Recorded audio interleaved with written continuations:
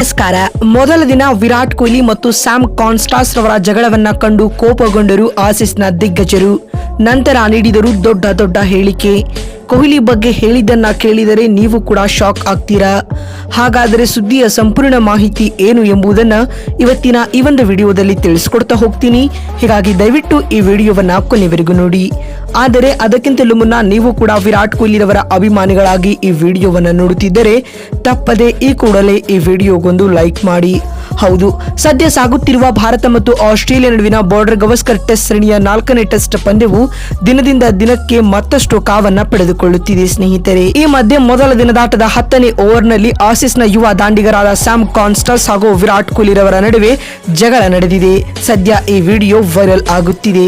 ಇದಕ್ಕೂ ಮುನ್ನ ಈ ಒಂದು ಪಂದ್ಯದಲ್ಲಿ ಟಾಸ್ ಗೆದ್ದು ಮೊದಲು ಬ್ಯಾಟಿಂಗ್ ಮಾಡಿದ ಆಸ್ಟ್ರೇಲಿಯಾ ತಂಡಕ್ಕೆ ಉಸ್ಮಾನ್ ಖವಾಜಾ ಹಾಗೂ ಸ್ಯಾಮ್ ಕಾನ್ಸ್ಟಾಸ್ ರವರು ಭರ್ಜರಿಯಾದ ಆರಂಭವನ್ನ ಒದಗಿಸಿಕೊಡುತ್ತಾರೆ. ಅದರಲ್ಲಿಯೂ ಡೆಬ್ಯೂಟೆಂಟ್ ಆಗಿ ಕಣಕ್ಕಿಳಿದ ಸ್ಯಾಮ್ ಕಾನ್ಸ್ಟಾಸ್ ರವರು ಬೂಮ್ರಾ ರವರಿಗೂ ಕೂಡ ಒಂದೇ ಓವರ್ನಲ್ಲಿ 18 ರನ್ ಬಾರಿಸುವುದರೊಂದಿಗೆ ಟೀಂ ಇಂಡಿಯಾದ ಬೌಲಿಂಗ್ ಬೆನ್ನೆಲುಬನ್ನ ಮುರಿಯುತ್ತಾರೆ. ಪಂದ್ಯದ 10ನೇ ಓವರ್ನ ಮುಕ್ತಾಯದ ವೇಳೆಗೆ ವಿರಾಟ್ ಕೊಹ್ಲಿ ಆಸ್ಟ್ರೇಲಿಯಾದ ಬ್ಯಾಟರ್ ಸ್ಯಾಮ್ ಕಾನ್ಸ್ಟಾಸ್ ರವರನ್ನ ಭುಜಕ್ಕೆ ಭುಜ ನೀಡಿ ಕೆಣಕಿದರು. ಮೇಲ್ನೋಟಕ್ಕೆ ಕೊಹ್ಲಿ ಉದ್ದೇಶಪೂರ್ವಕವಾಗಿಯೇ ಆಸೀಸ್ ಆಟಗಾರನೊಂದಿಗೆ ಜಗಳಕ್ಕಿಳಿದಿರುವುದು ಸ್ಪಷ್ಟಗೊಂಡಿದೆ.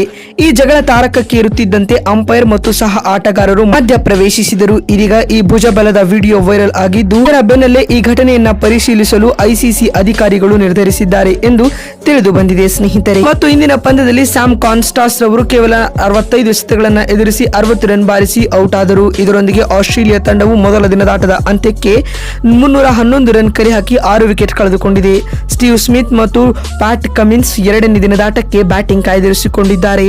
ಇದೀಗ ಮೊದಲ ದಿನದಾಟದ ಮುಕ್ತಾಯದ ಬಳಿಕ ಮಾತನಾಡಿದ ಆಸೀಸ್ನ ದಿಗ್ಗಜ ಆಟಗಾರರಾದ ರಿಕಿ ಪಾಂಟಿಂಗ್ ರವರು ಕೋಪಗೊಂಡು ಈ ರೀತಿಯಾಗಿ ಹೇಳಿದ್ದಾರೆ. 3 ತಂಡಗಳ ನಡುವಿನ ಬಿಜಿಟಿಯ ಟೆಸ್ಟ್ ಸರಣಿಯು ಭರ್ಜರಿಯಾದ ಪೈಪೋಟಿಯಿಂದ ಕೂಡಿದೆ. ನನಗೆ ನಮ್ಮ ತಂಡದ ಆಟಗಾರರ ಮೇಲೆ ಸಂಪೂರ್ಣವಾದ ವಿಶ್ವಾಸವಿದೆ. ಈ ಟೆಸ್ಟ್ ಪಂದ್ಯವನ್ನ ಅವರು ಗೆಲ್ಲುತ್ತಾರೆ ಎಂದು. ಆದರೆ ನಮ್ಮ ಯುವ ಆಟಗಾರರಾದ ಸ್ಯಾಮ್ ಕಾನ್ಸ್ಟಾಸ್ ರವರೊಂದಿಗಿನ ಇಂದಿನ ಘಟನೆಯು ಖಂಡನೀಯ. ವಿರಾಟ್ ಕೊಹ್ಲಿ ಒಬ್ಬ ಸೀನಿಯರ್ ಆಟಗಾರ. ಅವರು ಯಾವಾಗಲೂ ಜೂನಿಯರ್ ಆಟಗಾರರಿಗೆ ರೆಸ್ಪೆಕ್ಟ್ ನೀಡಬೇಕು. ಆದರೆ ಅವರು ಇಂದಿನ ಪಂದ್ಯದಲ್ಲಿ ಹಾಗೆ ಮಾಡಿರಲಿಲ್ಲ.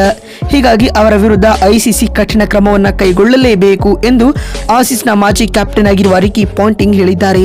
ಮತ್ತು ಇದಾದ ಬಳಿಕ ಮಾತನಾಡಿದ ಆಸೀಸ್ನ ಇನ್ನೋರ್ವ ದಿಗ್ಗಜ ಆಟಗಾರರಾದ ಆಡಮ್ ಗಿಲ್ಕ್ರಿಸ್ಟ್ ಈ ರೀತಿಯಾಗಿ ತಿಳಿಸಿದ್ದಾರೆ. ಆಟದಲ್ಲಿ ಅಗ್ರೆಸಿವ್ ಮತ್ತು ಸ್ಲೆಡ್ಜಿಂಗ್ ಇರಬೇಕು, ಆದರೆ ಅದು ವೈಯಕ್ತಿಕವಾಗಿ ಇರಬಾರದು ಮತ್ತು ಹಾನಿಯನ್ನ ಉಂಟು ಮಾಡಬಾರದು. ವಿರಾಟ್ ಕೊಹ್ಲಿ ನಮ್ಮ ಯುವ ಆಟಗಾರನ ಭುಜಕ್ಕೆ ಭುಜ ತಾಗಿಸುವುದರೊಂದಿಗೆ ಟಕ್ಕರ್ ನೀಡಿರುವುದು ನಿಜಕ್ಕೂ ನಾಚಿಕೆಗೀಡಿನ ವಿಷಯವಾಗಿದೆ ಎಂದು ಆಡಮ್ ಗಿಲ್ಕ್ರಿಸ್ಟ್ ಹೇಳಿದ್ದಾರೆ. ಮತ್ತು ಇದಾದ ಬಳಿಕ ಮಾತನಾಡಿದ ಬ್ರಿಟ್ಲಿ ರವರು ಹೀಗೆ ಹೇಳಿದ್ದಾರೆ.